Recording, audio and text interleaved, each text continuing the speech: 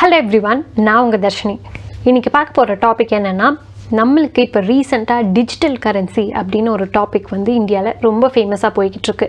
So digital currency அப்படின்னா என்ன, and also digital கரன்சிக்கும் crypto கரன்சிக்கும் ஆக்சுவலாக என்ன டிஃப்ரென்ஸ் இருக்குது. இந்த நார்மலாக நம்ம யூஸ் பண்ணுற கரன்சி நோட்டுக்கு பதிலாக இந்த டிஜிட்டல் கரன்சி வந்துச்சு அப்படின்னா நம்மளுக்கு என்னென்னலாம் சேஞ்சஸ் வந்து நம்ம எக்ஸ்பெக்ட் பண்ணலாம், இது எல்லாத்தையும் பற்றி தான் நம்ம வந்து மெயினாக பேச போகிறோம். அது கூட ரொம்ப இம்பார்ட்டண்ட்டான டாபிக் என்னென்னா, இந்தியா வந்து டெவலப்பிங் கண்ட்ரி அப்படிங்கிறதுலேருந்து மாறி டெவலப்ட் கண்ட்ரியாக வந்து ஆகிறதுக்கு எவ்வளோ நாள் ஆகுது. ஸோ பேசிக்காக இப்போ இருக்க காலகட்டத்தில் எந்தெந்த கண்ட்ரீஸ் வந்து இந்த டிஜிட்டல் கரன்சியை யூஸ் பண்ணுது, அது வந்து ஏதாவது நம்மளுக்கு அட்வான்டேஜ் கொடுக்குதா அப்படிங்கிறத பற்றியும் நம்ம பார்க்க போகிறோம். ஸோ ஃபர்ஸ்ட் ஆஃப் ஆல், இந்த டிஜிட்டல் கரன்சி அப்படிங்கிறது என்ன அப்படின்னா, நம்ம நார்மலாக யூஸ் பண்ணுறோம்ல நோட்டு, ஸோ 100 ரூபாயாக இருக்கட்டும் 500 ரூபாயாக இருக்கட்டும், இந்த நோட் வந்து இந்த கரன்சி நோட் நம்ம ஃபிசிக்கலாக யூஸ் பண்ணுறதுக்கு பதிலாக டிஜிட்டலாக, ஸோ நீங்கள் இப்போ யோசிச்சு பார்த்தீங்கன்னா உங்களோட பேங்க்கில் உங்களுக்குன்னு ஒரு அக்கௌண்ட் இருக்கும். அந்த அக்கௌண்ட்டில் உங்கள் பணத்தை வந்து நீங்கள் டெபாசிட் பண்ணுவீங்க. ஸோ அந்த பணத்தை நீங்கள் இன்னொருத்தங்களுக்கு கொடுக்கணுன்னா பேங்க்லேருந்து இன்னொரு பேங்க்குக்கு ட்ரான்ஸ்ஃபர் பண்ணலாம். ஆனால் வந்து அந்த பணத்தை எடுத்து இன்னொருத்தங்களுக்கு நீங்கள் கொடுக்கணும் அப்படிங்கிற பட்சத்தில் பேசிக்காக அதுக்கு நிறைய கண்டிஷன்ஸ் இருக்கும். என்னென்ன அப்படின்னா, பேங்க் ஒர்க்கிங் டேவாக இருக்கணும், அதே மாதிரி ஏடிஎம்மில் பணம் எடுக்கணும், இந்த மாதிரி கண்டிஷன்ஸ் எல்லாமே இருக்கும். இது எல்லாத்துக்கும் மேலே RBI, reserve bank of India என்ன பண்ணணும்னா, இந்த கரன்சியை வந்து பேசிக்காக எவ்ரி இயர் வந்து இல்லை எவ்வளோ நாளுக்கு ஒரு தடவைன்னு அவங்க டிசைட் பண்ணி அச்சிடணும். ஸோ இது பேசிக்காக வந்து ஒரு நோட்டுக்குன்னு ஒரு வேலிடிட்டி இருக்கும். நீங்களே பார்த்தீங்கன்னா அந்த நோட்டு பழசாயிடுச்சு, அதில் ரொம்ப நிறையா நம்மலாம் கிறுக்குவோம்ல, ஸோ அது வந்து பண்ணக்கூடாது ஆக்சுவலி. ஸோ அந்த மாதிரி அந்த நோட்டை வந்து ரொம்ப பழசாயிடுச்சு அப்படின்னா புதுசாக மாற்றுவாங்க. ஸோ புதுசான நோட்டு நம்மளே வந்து பார்த்துருந்துருப்போம். ஸோ இதனால் என்ன ஆகும்னா, ஆர்பிஐக்குமே வந்து இதில் காஸ்ட் அப்படிங்கிறது ரொம்ப அதிகமாக தேவைப்படுது. அதே சமயத்தில் இந்த என்டையர் ப்ராசஸுக்குமே வந்து நிறைய செலவும் ஆகுது, டைமும் ஆகுது. இது எல்லாத்தையும் அவாய்ட் பண்ணுறதுக்கு தான் டிஜிட்டல் கரன்சி அப்படிங்கிற ஒரு விஷயத்தை கொண்டு வராங்க. இந்த டிஜிட்டல் கரன்சி அப்படிங்கிறது எந்தெந்த நாட்டில் இருக்குது அப்படிங்கிறத நம்ம கண்டிப்பாக இந்த வீடியோட எண்டில் நம்ம பார்ப்போம். அதுக்கு முன்னாடி இந்த டிஜிட்டல் கரன்சிக்கும் கிரிப்டோ கரன்சிக்கும் என்ன டிஃப்ரென்ஸ் அப்படின்னு சொல்லி ஃபர்ஸ்ட் பார்க்கலாம். டிஜிட்டல் கரன்சி அப்படிங்கிறது நம்ம நார்மலாக யூஸ் பண்ணுற இந்த பேங்க்கில் யூஸ் பண்ணுற நோட்டு, ஆனால் அதுவே வந்து டிஜிட்டல் ஃபார்மேட்டில் கொடுக்கறது. ஸோ அது வந்து e-Rupee அப்படின்னு சொல்லி நம்ம நார்மலாக நம்ம ஆர்பிஐ பேங்க், அதாவது ரிசர்வ் பேங்க் ஆஃப் இந்தியா வந்து கொடுக்குது.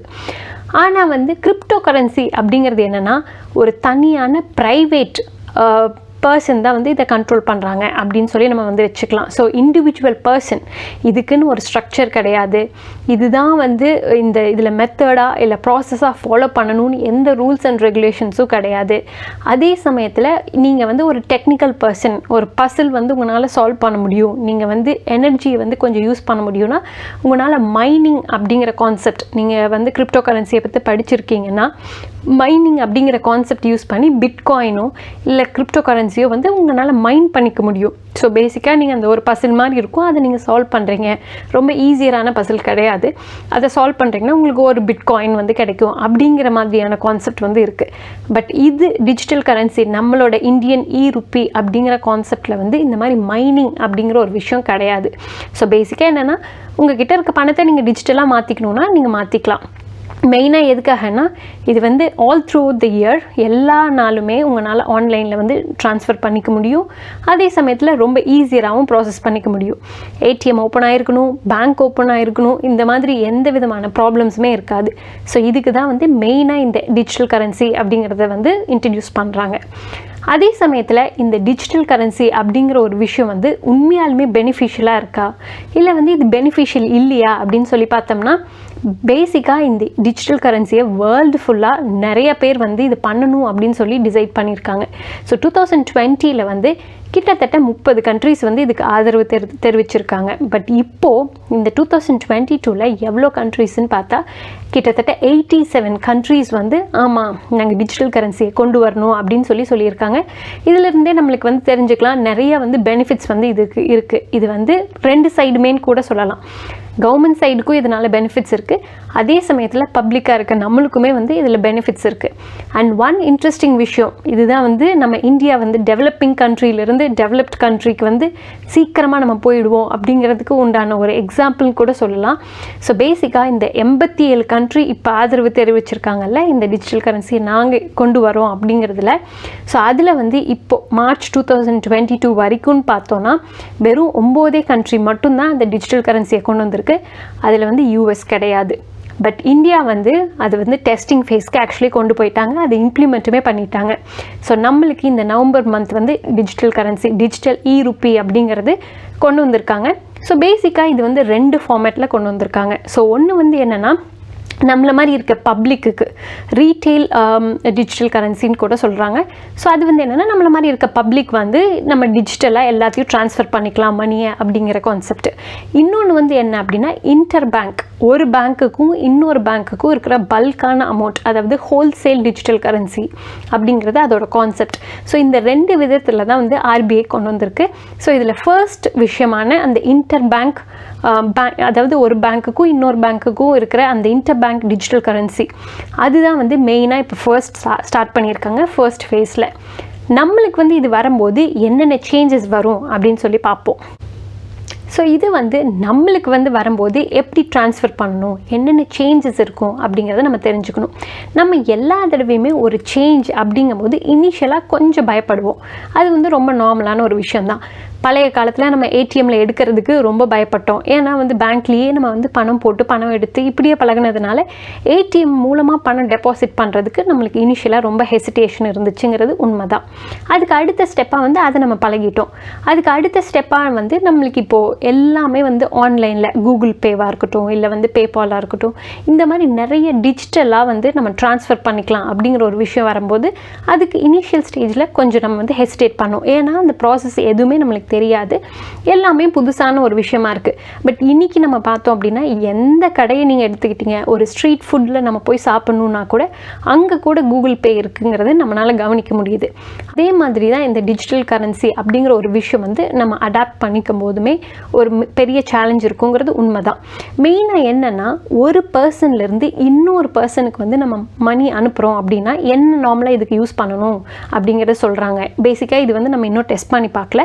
பட் இனிஷியலாக இந்த ஆர்பிஐ வந்து கொடுத்துருக்க அந்த டாக்குமெண்ட்டில் என்ன வந்து மென்ஷன் பண்ணுறாங்கன்னா, நீங்கள் வந்து யாருக்காவது அனுப்பணும். ஸோ நீங்கள் ஃபார் இன்ஸ்டன்ஸ் உங்கள் பேர் ராமு அப்படின்னு இருக்குன்னா நீங்கள் வந்து ஒரு லலிதா அப்படிங்கிற ஒரு பர்சனுக்கு வந்து அனுப்புகிறீங்க அப்படிங்கிற பட்சத்தில் உங்களுக்கு வந்து அந்த பர்சனோட யூசர் நேம் இல்லை அட்ரெஸ் அது வந்து என்ன சொல்கிறாங்கன்னா பப்ளிக் கீ அப்படின்னு சொல்கிறாங்க. ஸோ அது நீங்கள் யூசர் நேம்னு எக்ஸாம்பிளுக்கு எடுத்துக்கலாம். அந்த டீட்டெயில்ஸ் உங்களுக்கு தேவைப்படும். அதே மாதிரி உங்களோட ப்ரைவேட் கீ, ஃபார் எக்ஸாம்பிள் உங்களோட அதாவது ராமு அப்படிங்கிற பர்சனோட பாஸ்வேர்டு, இது 2ஐயும் நீங்கள் கொடுக்கும்போது உங்களால் வந்து அந்த கரன்சியை ட்ரான்ஸ்ஃபர் பண்ண முடியும். ஸோ இதுதான் வந்து பேசிக்காக ப்ராசஸ். இந்த டெக்னிக்கலாக பார்த்தோம், இந்த டாக்குமெண்ட் பிரகாரம் பார்த்தோன்னா இதுதான் ஆக்சுவலி ப்ராசஸ். ஸோ ஆக்சுவலான இம்ப்ளிமெண்டேஷன் நம்ம பண்ணும்போது தான் வந்து அதில் இருக்கிற ரியாலிட்டியில் என்னென்ன ப்ராப்ளம்ஸ் அப்படிங்கிறது நம்மளுக்கு வந்து தெரியும். அதே மாதிரி இது வரைக்கும் இந்த டிஜிட்டல் கரன்சி நம்ம எப்படி வந்து மற்ற கண்ட்ரிக்கு முன்னாடி இம்ப்ளிமெண்ட் பண்ணோம், நம்ம எப்படி ஒரு டிஜிட்டல் வேர்ல்டு நோக்கி நம்ம வந்து ஃபாஸ்ட்டாக மூவ் ஆகிறோம். அதே மாதிரி இது ரொம்ப பாசிட்டிவான சைடு வந்து பப்ளிக்குக்கும் சரி பேங்க் சைடு அதாவது சென்ட்ரல் கவர்மெண்ட்டுக்கும் சரி கொண்டு வருது அப்படிங்கிறதையும் பார்த்தோம். பட் இதில் வந்து இருக்கிற நெகட்டிவ்ஸுங்கிறது சில விஷயங்கள் இருக்குது. அது என்னென்ன அப்படிங்கிறது பார்ப்போம்.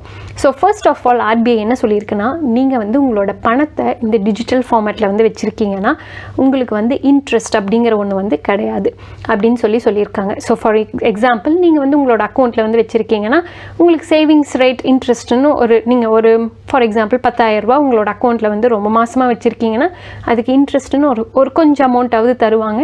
அது வந்து இந்த டிஜிட்டல் கரன்சியில் இல்லை.